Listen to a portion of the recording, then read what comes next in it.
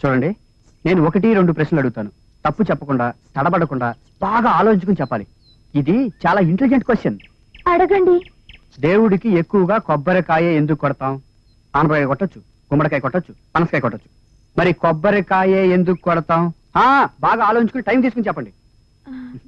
దీనికి టైం తీసుకోవడం ఎందుకండి, వెంటనే చెప్పేస్తాను. కొబ్బరికాయ మనిషిలోని అహంకారానికి గుర్తు. అహం కూడా తేలిగ్గా ముక్కలవదు. భగవంతుడు ముందు నుంచున్న భక్తుడు తన అహాన్ని ముక్కలు చేయడానికి సూచనగా కొబ్బరికాయ బద్దలు కొట్టి నువ్వే దిక్కు దేవుడా అని చేతులు జోడిస్తాడు. Good good good. ఈ విషయం నీకు ఎవరు చెప్పారు? ఇది నా చిన్నప్పుడే మా నాన్న చెప్పారు. మీ నాన్నకి ఇంకేం పని లేదా? చిన్నప్పుడే అంత పెద్ద విషయాలు చెప్పాలా? నేను ఇంకా క్లిష్టమైన ప్రశ్న అడుగుతాను. ఇదంత ఈజీ కాదులే.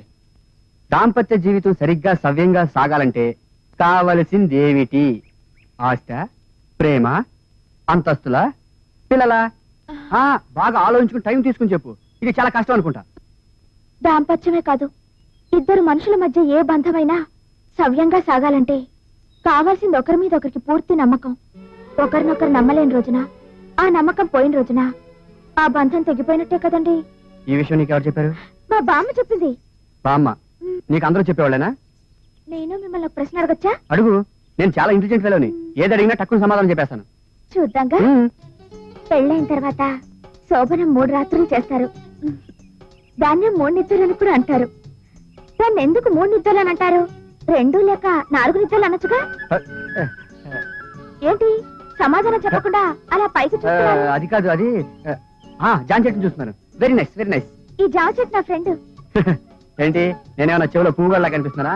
చెట్టు పుట్ట ఫ్రెండ్ అంటే ఓహో అని నమ్మేయడానికి? అయితే మీరు నమ్మరా? నమ్మను. సరే, మీరు ఇప్పుడు జామకాయ కోయాలంటే ఎలా కోస్తారు? Very simple. ఎవరో తిట్టకపోతే చెట్టు ఎక్కువ వస్తాను, లేకపోతే రాయి ఎట్టుకుని కొడతాను. అవును కదా. మరి నేను ఎలా కోస్తానో చూడండి.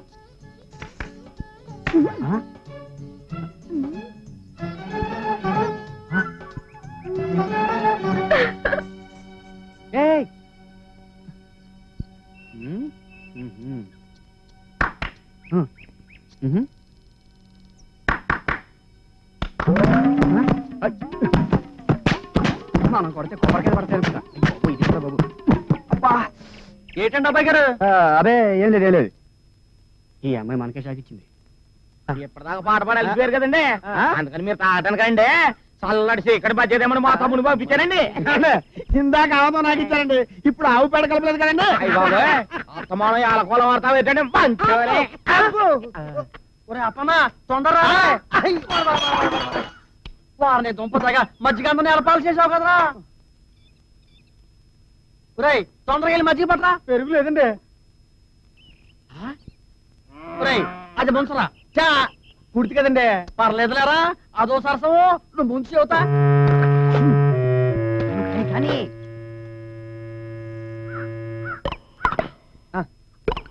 ఏంటంటే లేటు అన్నాయి మజ్జిగ. మజ్జిగ ఇందాక ఆవుదం తాగారు కదా, దానికి ఎరుగుడు మజ్జిగండి, తీసుకోండి. ఆ రొట్టి పిచ్చేదామండి, ఆడి నవ్వు గురించి పడుచుకోవాలండి, రుచుకోండి. కరెక్టేనండి. దేనికైనా జోకు జోకు మేకు మేకు తిప్పి కొడితేనే అన్నాండి. ఏంటంటే అంటే ఏం లేదండి, సపోజ్ ఇది మా ఇల్లే అనుకోండి, అనుకున్నాం. ఇది మా మజ్జిగే అనుకోండి, అనుకుందాం. మీరే మా హౌస్ కి వచ్చారు అనుకోండి, అనుకున్నాం. మా మజ్జిగే మీరు తాగుతున్నారు అనుకోండి, అనుకుందాం. నువ్వు గివ్ రెస్పెక్ట్ టేక్ రెస్పెక్ట్. అది మనం ఇచ్చిన వాళ్ళు పుచ్చుకున్నప్పుడు వాళ్ళు ఇచ్చిన మనం పుచ్చుకోవాలి కదా. అది కాదు.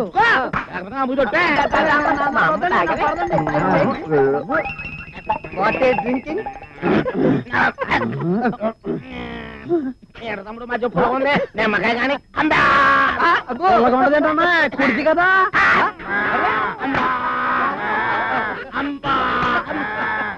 ఏమండి ఇలాంటి సరసాల కళ గుర్తుండిపోతాయండి.